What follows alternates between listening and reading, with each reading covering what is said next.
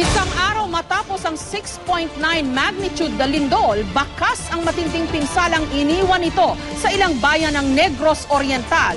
Sa Gihulngan, hindi bababa sa 28 ang patay matapos gumuho ang malaking bahagi ng isang bundok at tumabon sa mga bahay.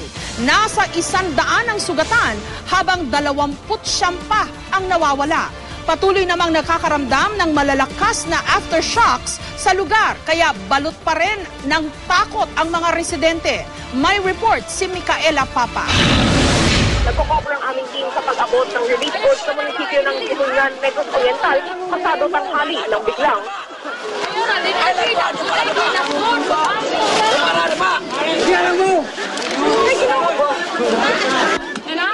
Walaw ang lupa.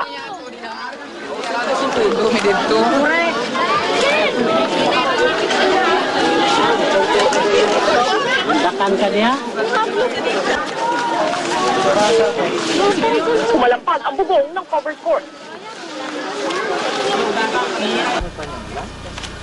Nabagsakan si Eileen at ang kanyang pamangkin ng pader sa isang eskwelahan sa La Libertad.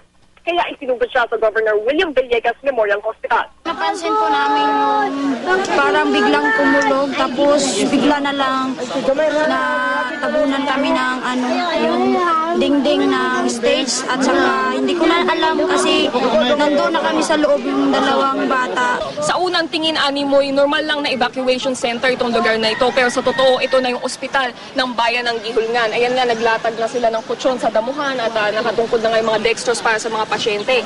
Dito mayroon naman tayong tent kung saan nakaipon yung mga gamot na kailangan pa nilang pagkasyahin sa mahigit 80 pasyente. Dito naman mayroong operating table para sa mga minor surgery na kinakailangan talaga dahil nga nasa labas kasi tayo, may malaking danger ng infection, lalo na't ang pangunahing nauubos daw na gamot dito ngayon ay ang antibiotics.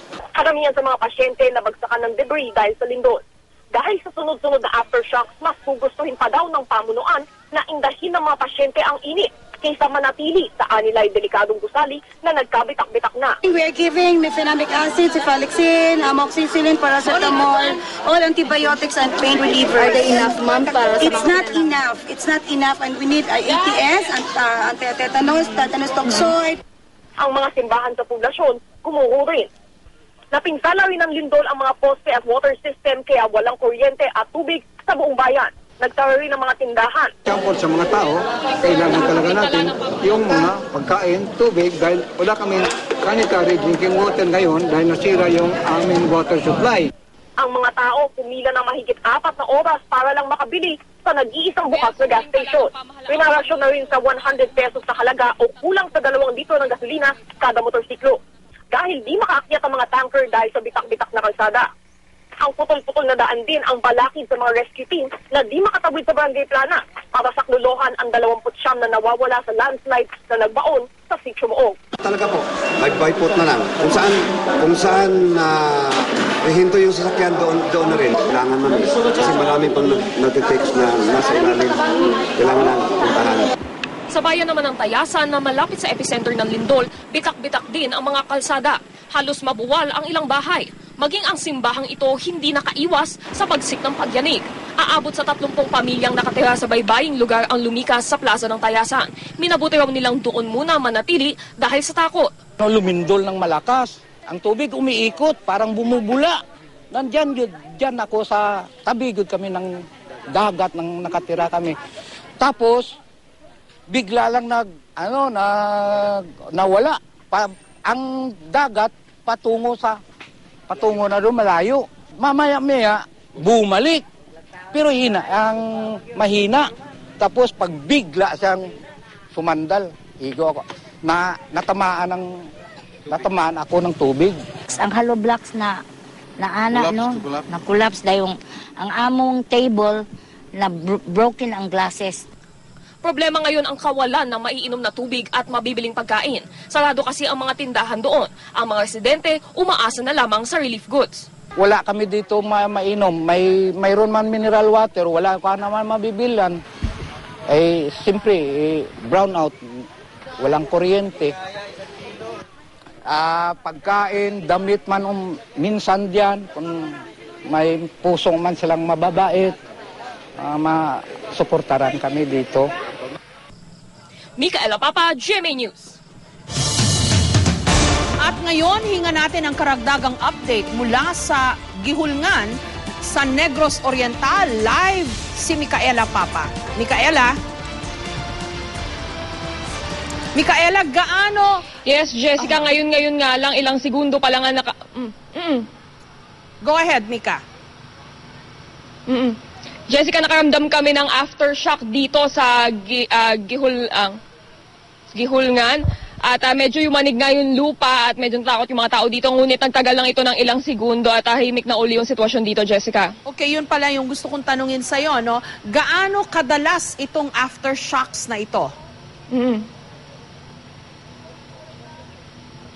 Jessica, ilang oras naman yung pagitan nitong mga aftershock na ito. Ito nga ang huling naranasan namin. It came mga 4 na oras after yung huling aftershock na kanina, mga alas 4 siguro ng hapon. Yung pinakamalakas na aftershock na aming naramdaman dito ay kanina nga pasado alas 12 ng tanghali. Ito nga naitala ng Philbox na 4.9 yung magnitude ng aftershock na ito. At katunayan nung nandun nga kami sa munisipyo ay yumayanig talaga yung lupa at narinig namin na kumukulog yung mga yero sa covered court. Kaya naman napadapa lahat ng tao at nag-aalala nga sila na baka maulit na naman yung pinsala na iniwan nung lindol kahapon. Pero sa awa naman ng Diyos ay wala namang nai-report na nasugatan o walang nai-report na karagdagang pinsala, Jessica. Okay. Mika, sa tansya mo, lumalakas ba yung aftershocks o humihina? At saka, ano ang importante kasing mga data ito para sa ating mga scientists, no? Paano ba yung movement? Naalala ko dati sa Baguio, yung malakas na earthquake nung 1990s, para kang drinidribble pag nag-aftershocks.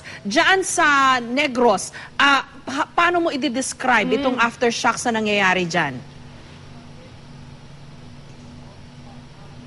Jessica, so far consistent naman yung lakas nitong mga aftershock na ito. Yung kaninang 12 noon, yung 4 p.m. at ito naman ngayong mga 9 p.m. na aftershock ay medyo mabilis lang, mga 3 seconds siguro to 5 seconds. At yung movement niya ay from side to side. Literally makikita mo na gumagalaw from side to side yung mundo sa paligid mo. At yun nga, mabilis lang natatapos kaya medyo kalmado naman yung mga tao dito, Jessica. Okay, sa ngayon kung ipaprioritize ang pangangailangan ng mga Gihulngan, no?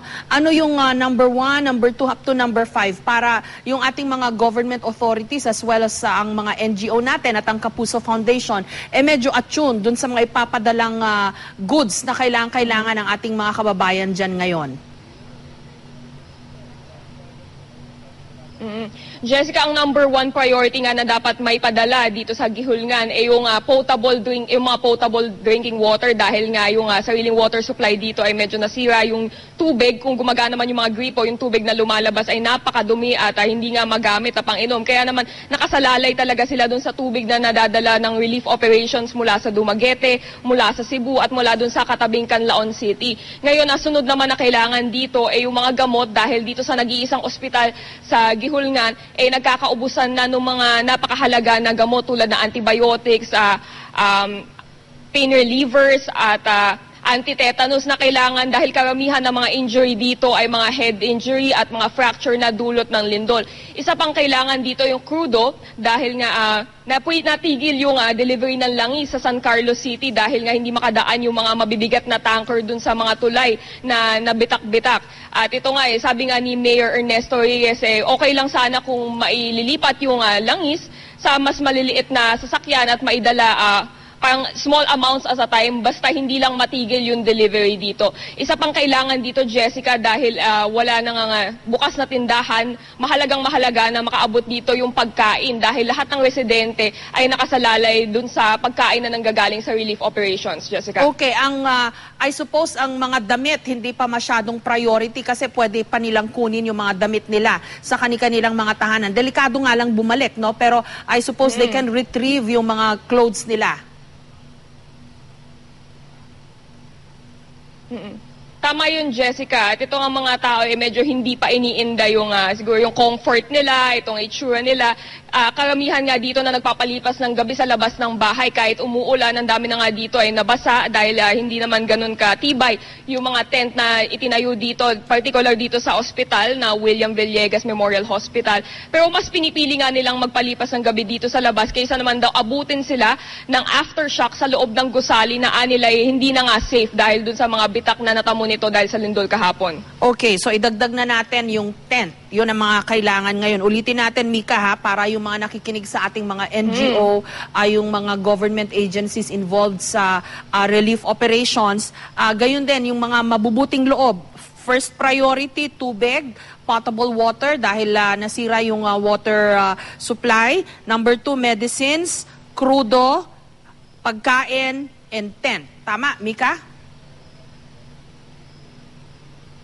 Tama yan, Jessica. At kung maaari nga ay kung may kapasidad na magdala nitong mga bagay na to via air o via sea dahil nga ay mahirap at unti-unti lang yung dating via land dahil nga bitak-bitak pa rin yung mga kalsada at hindi madaan ng heavy machinery. Pakiusap na nga ni Mayor Ernesto Reyes na kung pwede, tulad nung ginawa kanina nung RRMC, dinaan nila via boat mula sa Cebu yung relief goods at ginawa naman ni Governor Roel Degamo na dinala nila via chopper yung relief goods, yun nga, mula Dumaguete, mas mabuti kung maidadaan sa mga ganitong paraan yung relief goods, Jessica. Okay, maraming salamat. Micaela Papa, ingat kayo dyan sa Gihulngan, Negros Oriental.